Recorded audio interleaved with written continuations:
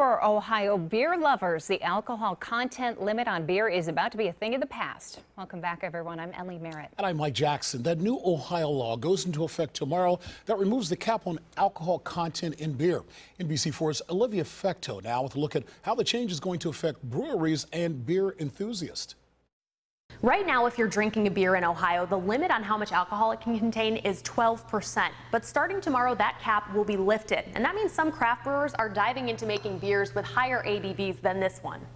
Jim Gokenbach wasn't always into craft beer. I was a Bud Light drinker, and I was like, wow, this is beer. And it was really good. And I was like, if other people made beer like that, I would drink it. He's now one of the owners at Zaftig Brewing Company. A new change to Ohio law will remove limits on the alcohol content in beer.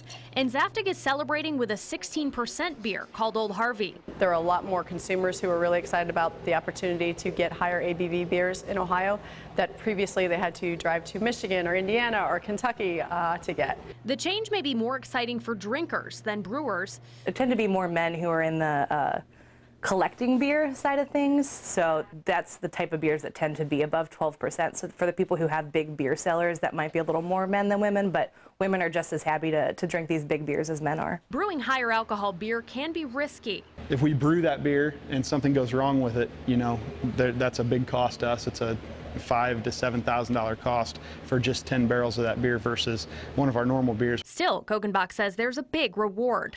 It's almost like drinking a really fine wine or a brandy or a port. This Sunday, Zaftig will be serving Old Harvey here in its tap room in Worthington. The brewers tell me they are expecting hundreds of people to show up. Reporting at Zaftig Brewing Company, Olivia Fecto, NBC4.